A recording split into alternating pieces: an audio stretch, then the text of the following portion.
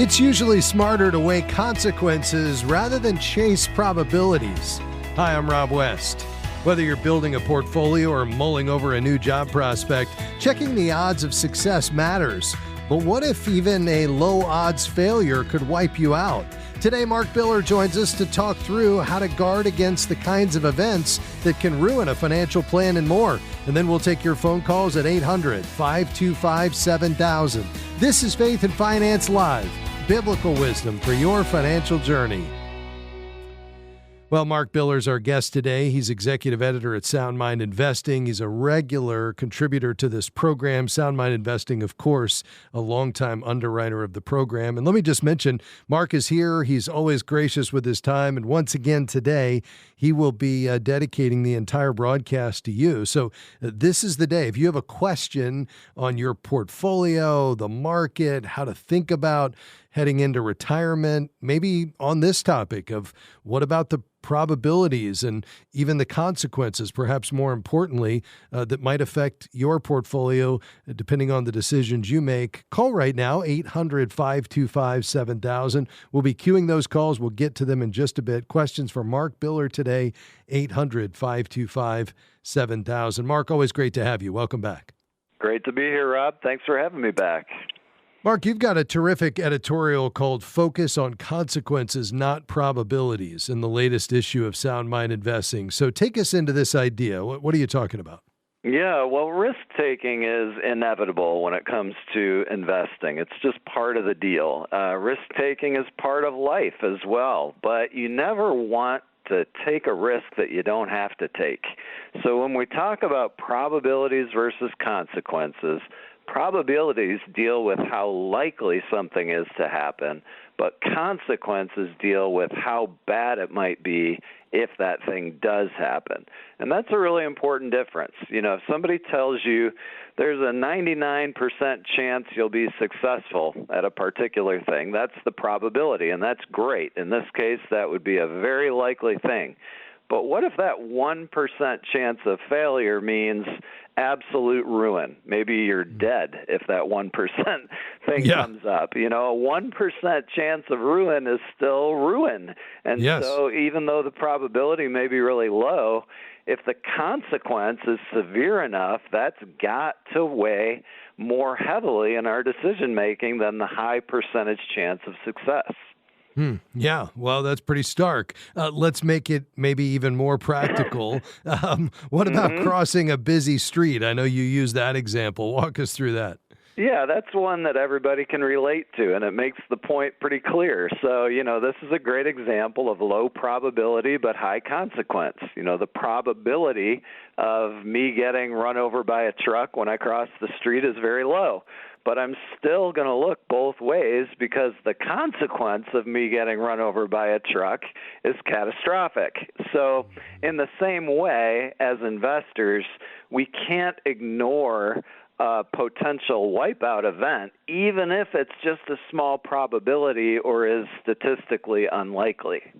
Yeah, really helpful. What about from an investing standpoint? How does this apply? Yeah, well, you know, I think that there are a lot of different applications of it. One example of this in history, a famous example, was the failure of long-term capital management, which was a famous hedge fund back in 1998. Super genius brain trust. In fact, they wrote a book about this episode after the fact that they titled When Genius Failed. And the bottom line of this, Rob, was these were the smartest investing guys around. They built these amazing models, and those models would have worked almost every time. But almost every time isn't every time. And so the combination of leverage and the wrong set of circumstances ended up wiping out this hedge fund and almost taking down the whole financial system with them. So that was a classic example of low probability, high consequence. And honestly, those types of things happen too often in financial history, which has to make us humble about the actual probabilities of these types of failures. Yeah, that's exactly right. Well, there's a lot to apply here to your portfolio as you're listening to Mark Biller today, and we'll continue to do that right around the corner. We'll talk about, among other things, something called a sequence of returns risk that is front and center for retirees. We'll also be taking your investing-related questions for Mark today. Call right now if you've got a question. We've got lines open. We'll begin taking these calls in the next segment. 800-525-7000. Mark Biller here from Sound Mind Investing. We'll be right back.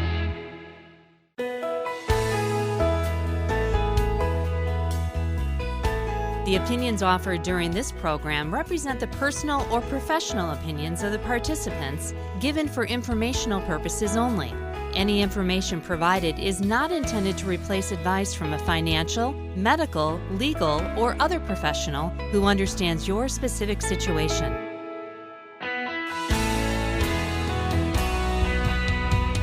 Well, it's always a good day when Mark Biller's here. He's our go-to guy on the markets and your portfolio. Today we're talking about focusing on consequences, not probabilities. That's right. Whether you're building a portfolio or maybe thinking about a new job prospect, checking the odds of success matters. But what if even a low odds failure could wipe you out? That was the focus of the editorial in the Sound Mind Investing newsletter from Mark Biller. You can read it. It's called Focus on Consequences, Not Probabilities, when you head to soundmindinvesting.org.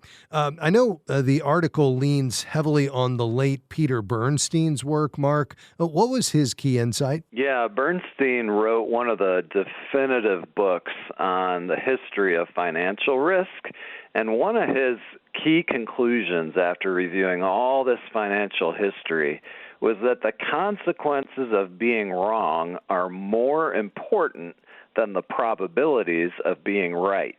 So he urged investors to ask, if it does go wrong, just how wrong could it go, and how much will that matter? And that question really helps reframe risk from kind of a math question to more of a survival question. Yeah. So taking this from the theoretical to the practical, then let's talk about something called margin of safety. How can an individual investor build that into their portfolio? Yeah, well, thankfully, Rob, this is where we can start to lean on the timeless biblical principles that we talk about so frequently to help keep us safe. So we start out with the financial foundation we often discuss, which we build by getting out of debt and establishing an emergency savings reserve, ideally before we start putting large sums of money at risk in the markets. Once we get to the investing stage, we can use diversification across asset classes to help manage risk. A couple other things, we want to avoid really concentrated bets and especially leverage, which can permanently impair our capital. Another one that we see a lot, Rob, is just, when we get into financial planning, using modest assumptions in our planning. You may know what the historical average of stocks or a different asset class has been in terms of the performance, but maybe rerun that plan with a little bit more modest assumption. There are lots of applications here, but bottom line, really maintaining a margin of safety is really about having the humility to acknowledge that we're fallible, we don't know what the future holds, and leaving some room for error instead of running every scenario at full throttle. Yeah, that's well said. Mark Biller's here today. We're taking your questions. We'll do that now. We do have some lines open. If you have an investing-related question, you're wondering what to do about your portfolio, call right now. Mark would love to tackle your question today at 800-525-7000. Let's go to Tennessee. Alan, you'll be our first caller. Go ahead, sir. Thank you for your time. A number of years ago, my wife and I, along with our financial planner, sat down and looked at long-term care costs as far as purchasing like a policy for that. And it was just, to me, when I did the math, it just didn't really add up to, I didn't think it was the smartest approach, and our financial investor was letting us lead, but I said, what do you think? And he said, I kind of agree. So we're self-funding that. And I guess my question is at what point do we definitely these are the Lord's money, so we don't want to hoard these. We don't necessarily want to leave a whole lot, although we're going to try to set up a legacy for some different ministries if there is monies left over. But how much should we allocate knowing that these costs go up pretty substantially every year? Yeah, I mean, I think you need to be looking at today's costs, which could be $10,000 a month. We just had Nathan Sano yesterday with us, the president of MasterCare and LTCconsumer.com. He was saying, certainly $10,000 a month. Skilled in-home care could run $25,000 a month. And, you've got everything in between. So, is this a risk? Yes, it will affect, more than half of 65-year-old and older Americans at some point in their lives. And, that need could be substantial. Long-term care insurance has come a long way. The older policies were really problematic because I think they were often priced in an environment where the carriers didn't understand how many people would use them, how long would they keep them, what about future costs. And so as a result, the industry has gotten a black eye because of the dramatic increases in premium. But today's policies are, they know how to price them a lot better. Yes, they're expensive. I think, a typical policy could be, $250 a month, probably up to, $700 or $800 a month, and everything in between. And again, you've got to buy the policy that's right for you. Typically between 55 is probably when you want to start looking at it. But you can also self-insure. Mark, I'd love for you to weigh in on how do you think about positioning your portfolio if you are going to self-insure against the risk of perhaps needing a substantial income stream down the road to be able to fund long-term care? Yeah, it's absolutely a question that's on everybody's mind as they get into the planning process. And I would just add to what you just said, Rob, which was all excellent. We did a deep dive on all of this about a year ago in the SMI newsletter. And one thing that a lot of people are not aware of is there has been kind of a new part of this industry that's popped up because of all the challenges on the long-term care insurance. There's a short-term care insurance option now that a lot of people don't know about, with the primary difference being that those policies are targeted to a shorter period, thus the short-term care. So those typically will run out in about a year, which sounds like, well, that may not be that helpful if I have a big problem. But when you look at the statistics, a lot of people end up in situations where they need that care for a shorter period of time. And by having that time limit on it, that makes them much, much more affordable.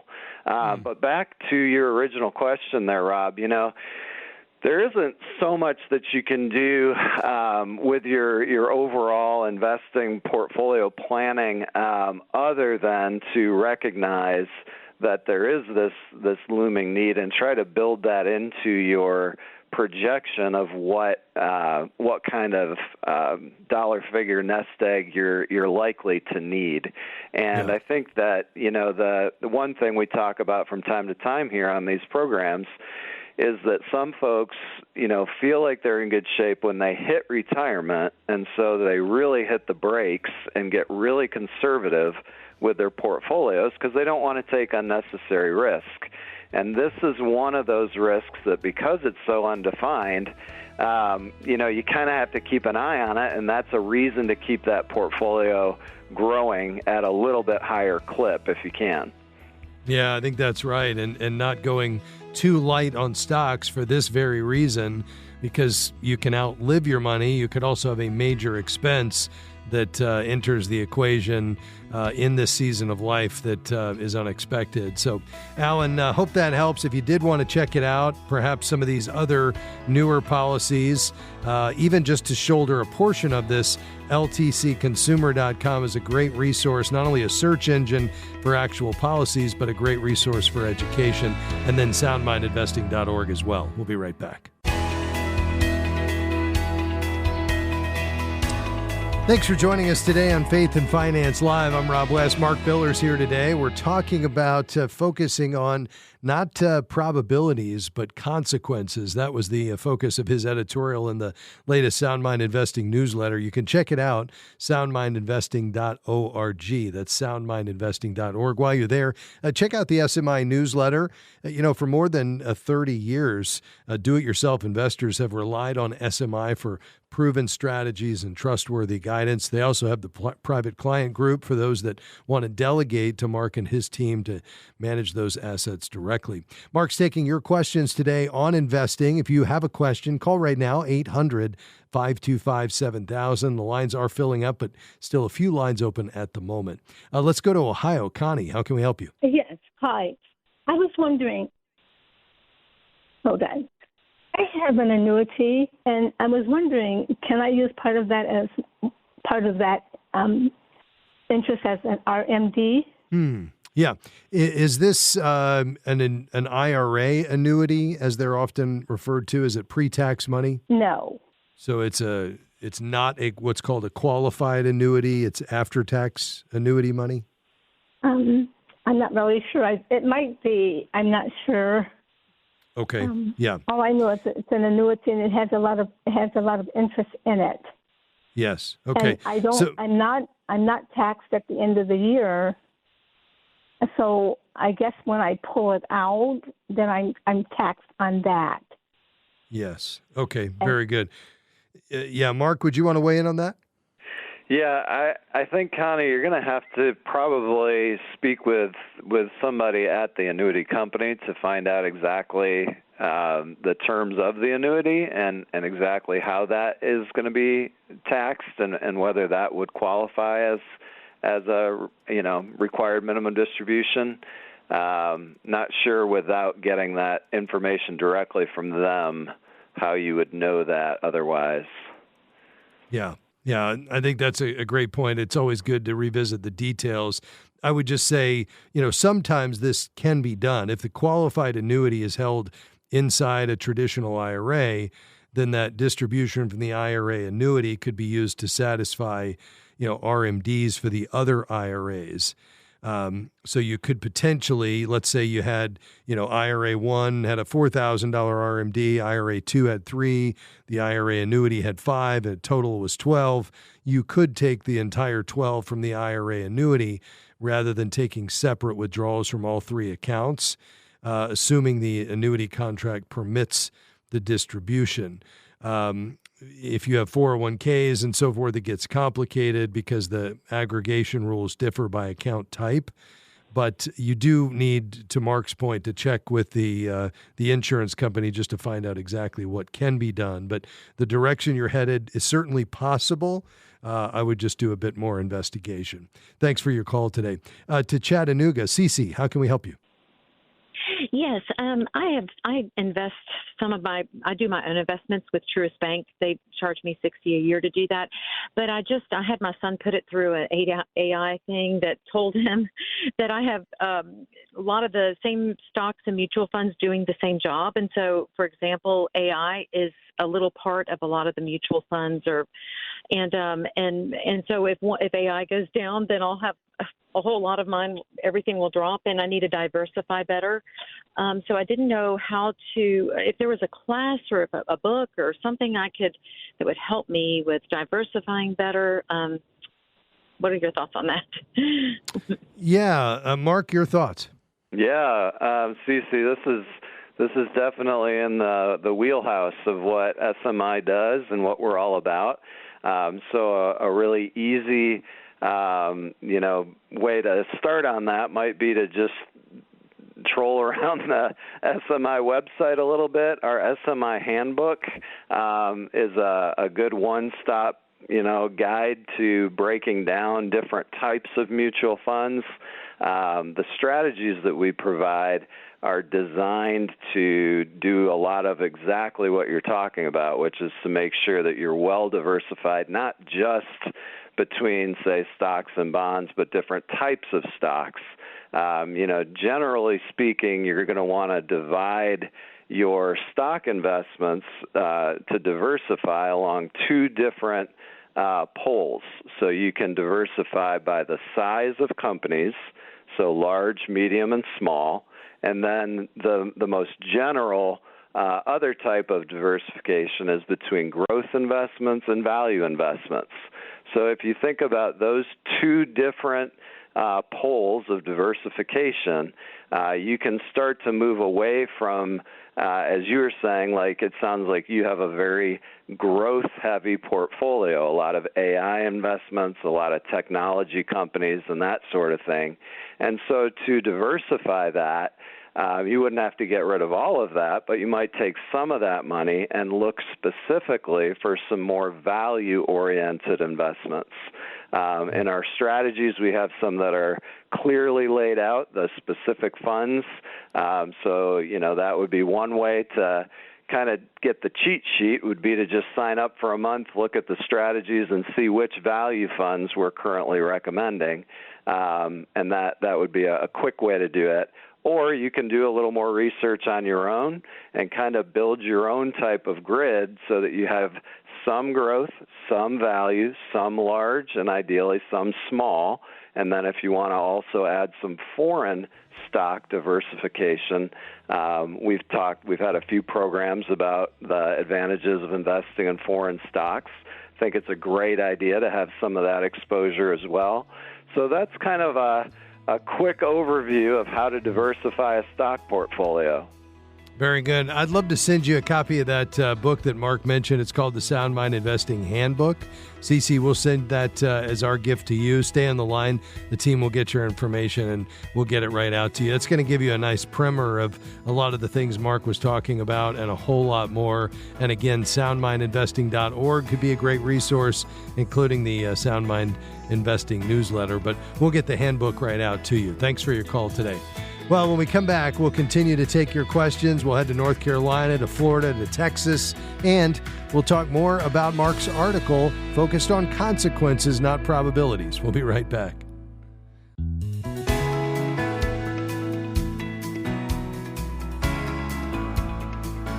Helping you live as a faithful steward. This is Faith and Finance Live. I'm Rob West. He's Mark Biller. We're talking about investing today, focusing on consequences, not probabilities. That was the focus of Mark's recent editorial in the Sound Mind Investing newsletter. Check out the article when you go to soundmindinvesting.org. We're going to head right back to the phones in a moment. We have room for a few more questions today.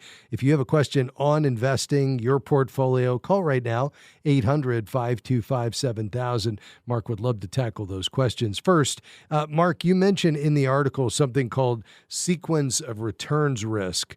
And this is particularly of interest to retirees. Tell us what that is and how we should think about it. Yeah, it's a fancy term for a very real problem that retirees face, and that is that losses early in a person's retirement, because you're also withdrawing from the account to meet your living expenses, if you get losses early on and they're severe enough, your portfolio can get depleted so quickly that even if you have stronger market returns later on, your portfolio really has a hard time recovering from that. And that's kind of a weird idea because, we learn in early math that it doesn't matter what sequence, numbers come in when they're multiplied. If you have 1 times 2 times 3, it's the same as 3 times 2 times 1. The difference, of course, Rob, is that when you're actually taking money out of the account as you go, then the sequence does matter in terms of how that plays out. And so, there are a few things that we can do to try to counteract this specific risk, which is a very big deal for retirees. One is simple diversification. We diversify so that our whole portfolio isn't exposed to that stock market risk. And then there are other strategies as well, like one popular one is to hold a few years' worth of your spending in very low-risk cash or bonds, specifically so that if you're one of the unlucky few who do have a big market drawdown early on in your retirement, you can take your living expenses from the cash and the bonds, leave the stock investments alone so that they have time to recover from the downturn, and that way a big early decline isn't going to sabotage your whole long-term retirement plan. Yeah, really helpful, Mark. Thanks for sharing that. All right, let's head back to the phones. We're going to head out to North Carolina. William, thanks for your patience. Go ahead. Yes, hello. Thank you. Appreciate the wisdom that you provide on a daily basis. My question is, my wife is 68, and we found out that she has like 3 different retirement accounts, and we understand we'll avoid the penalty, but the taxes that come with that. So the question is, what are the recommendations on when we do get ready to access that?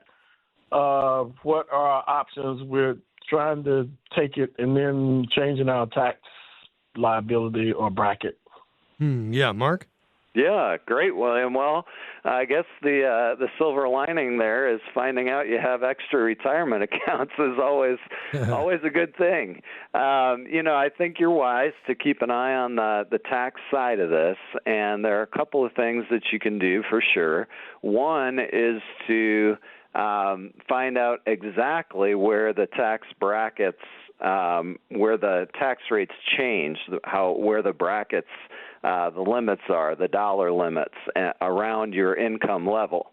And the reason that's so important is a lot of times, if you have a certain amount of dollars available above your current income before you get up to the next tax bracket and the tax rate changes, that can give you a little bit of leeway to potentially take a little bit larger withdrawal in a particular year, or you might see that you're right up against the top of your current tax bracket, in which case you might take a lesser withdrawal in a particular year. So you can manage your tax liability that way.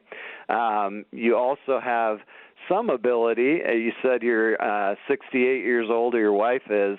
So you have some ability here before required minimum distributions kick in to use that same idea of eyeballing these tax brackets and how much room you have before you hit the next higher tax level to potentially do some Roth conversions. If you're dealing with some traditional IRAs, that's one way that you can manage your tax liability by potentially paying a little more tax now, but with the benefit that when your required minimum distributions kick in several years from now, you're not going to be required to take distributions that are larger than you want, and that would potentially bump you into higher tax rates. I guess the last idea, William, that I'll leave you with is, if you guys do any charitable giving, a great way to manage your tax liability is to use a qualified charitable distribution, which is a way you can take some of your required minimum distributions out of an IRA. It goes directly to the charity that you designate, which can be your local church or a different charity. And if you do that with that QCD, that qualified charitable distribution, it completely bypasses your tax return, which means you don't have to worry about the income impacting your Social Security or Medicare either. So those are a few ideas, William. Rob, I don't know if you have any others. I love those. Yeah, I mean, this idea of filling up the buckets is a big one, where you fill up the lower brackets without spilling unnecessarily into a higher bracket. And this window that you have for tax planning after you retire, where you have lower earned income, where Social Security may not have started, and you certainly don't have RMDs yet, gives you a nice window to be able to go ahead and pay some tax at, the 10 or the 12% bracket, shy of the 22%, and, get some of that money out or convert it, to Mark's point, to Roth. Does that make sense, though? It does. That is extremely helpful. Very much so. Excellent. Well, thanks for your call today, sir, and appreciate you being on the program. Stay on the line. We'll send you a copy of Mark's book, the handbook, the Sound Mind Investing Handbook is our gift to you. Quickly to Florida, Alberto. Thanks for calling today. Go ahead. Long-time listener, Rob. I got a question. Have you ever heard of this company, Refi Investment? Yeah. Yes, I'm familiar with it. Essentially, it's a private investment that involves a promissory note tied to their business. Why Refi? With their business is refinancing distress or defaulted private student loans. Here's what I would say. It's substantially higher risk than anything like a CD or a treasury for sure. It's certainly not FDIC insured. Essentially think about it like, the 10.25%, you're lending money to a private company, and with that higher rate comes the additional credit and liquidity risk because these investments are very illiquid. There's no secondary market. So although you can request an early redemption, they can approve or decline or delay it. There's also credit and business risk because the underlying business involves borrowers who previously have had distress or defaulted private student loans. There's just a higher overall risk because of these are not insured in any way. So I would just be careful about something like this. Personally, I would stay away from it. But I appreciate you asking, Alberto. Thanks for your call today. Mark Billers here today, back with our final segment after this. Call with questions, 800-525-7000.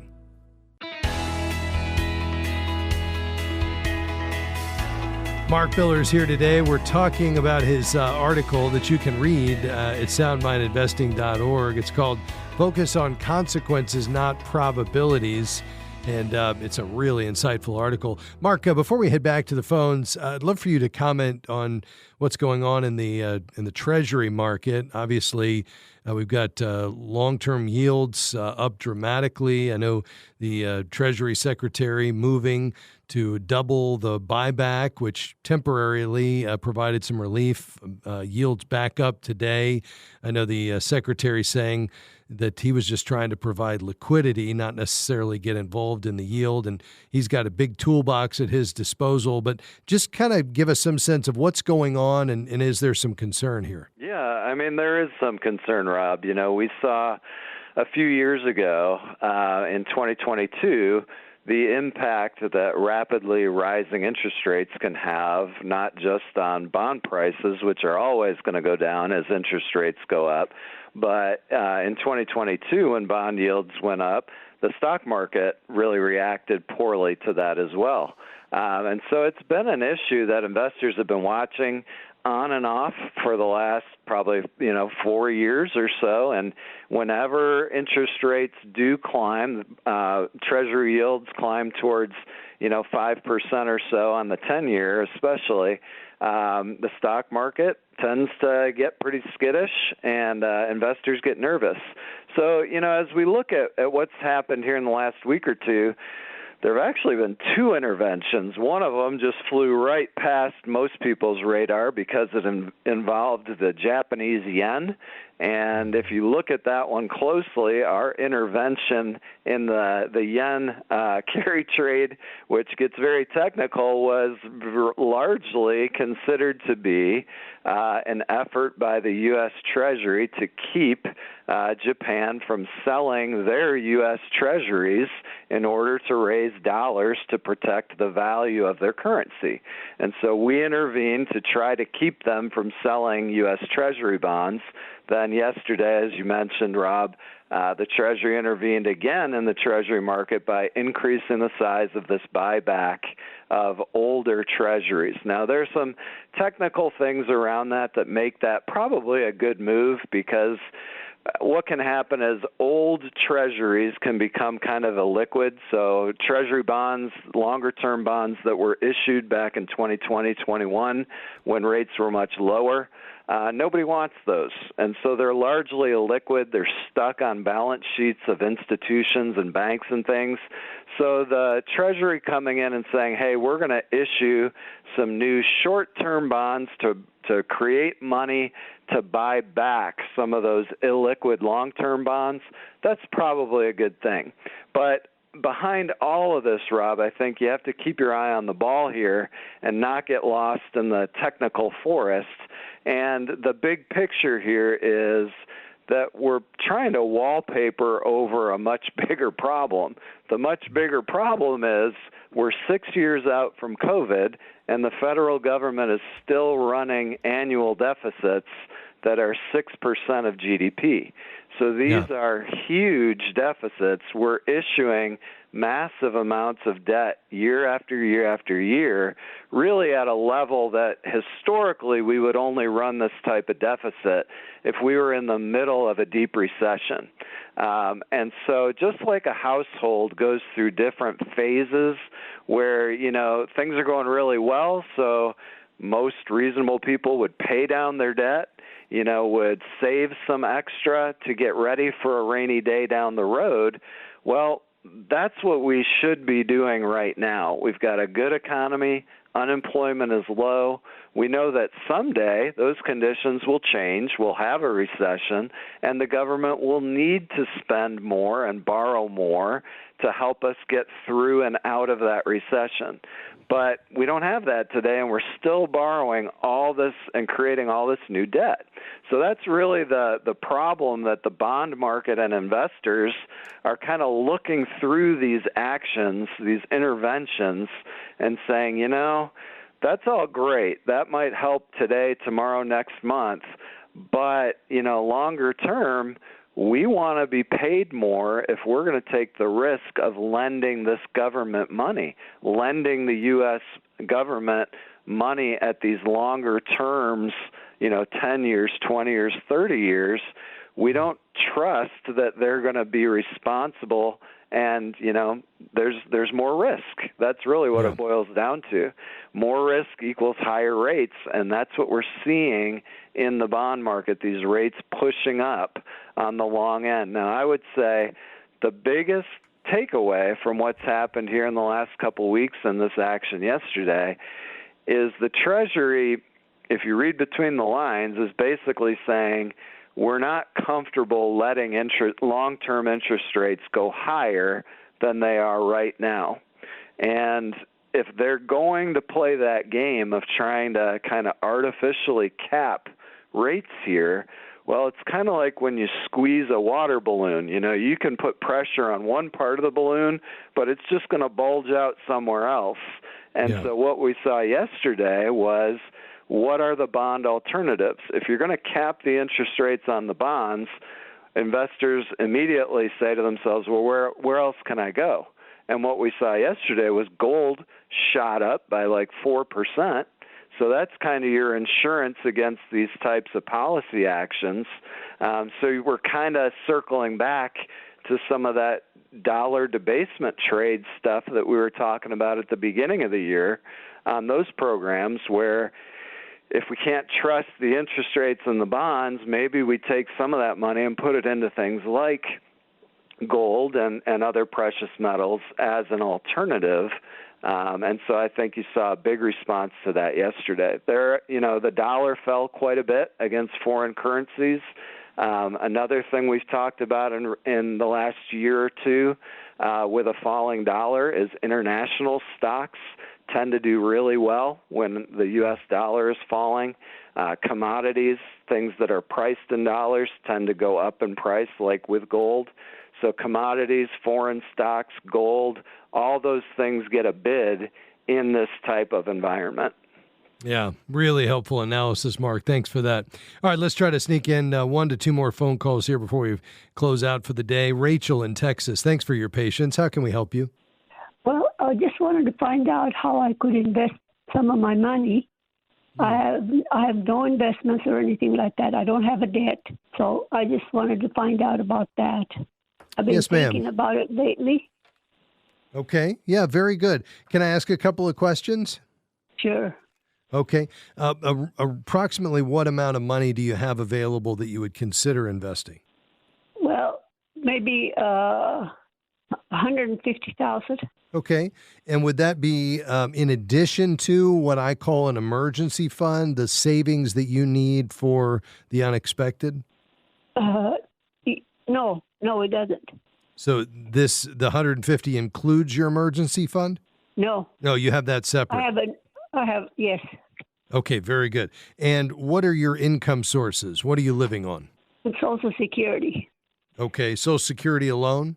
Yes. All right, and is that enough to cover your bills? Yes, because okay. I have an arrangement right now that I don't pay taxes because I didn't work. Social Security came from my husband. I see. Yes, ma'am. Throughout the years, a little bit at a time, I've been able to make this little nest egg for myself. Yeah, excellent. Well done. And the 150 or so thousand, is that just in a savings account right now? Yes. Okay. And if you don't mind me asking, the last question, what is your age? 80. I'm going to be 89. Wow, incredible. Mark, thoughts on how Rachel can think about this 150,000? Yeah. So, Rachel, the biggest question that you'll have to deal with in making this decision is how much risk do you want to take with that money? So you've got it in a savings account right now. So the smallest step up in risk would be to go to something like a CD, maybe a little bit longer term CD that's going to pay you a little bit more interest. Beyond that, you could go into some very low risk bond type investments. And then at the very farthest end of the risk spectrum, you'd be talking about like stock market type investments. But, with stock market investments, we typically say if you don't have at least a 5-year time horizon, you probably want to steer clear of stocks. So that may incline you towards, looking at some of the different bond investment type options that are out there. They're all different types of bond funds and ways to invest in bonds. So that could be a conversation that you could even start at your local bank to see what kind of options they have. Otherwise, you can certainly open a brokerage account with a company like a Schwab or Fidelity, or there are many others, and just look for low-risk bond fund investments as an option. But that would probably be where to start.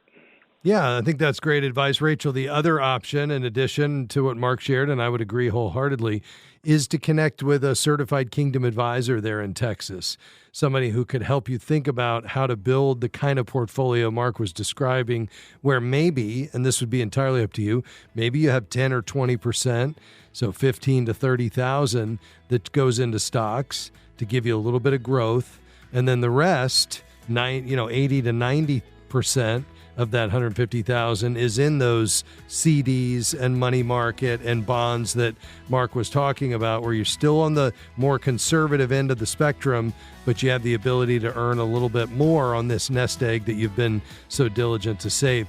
I'm going to ask you to hold the line. My team will get your information. I'll have somebody from Kingdom Advisors call you. In the event you want to connect with a certified Kingdom advisor, they can find one for you in your area. Just hold the line. Mark, thanks for being here today. Always my pleasure, Rob. Folks, check out Sound Mind Investing, the newsletter, the private client group, and the article we've been talking about at soundmindinvesting.org.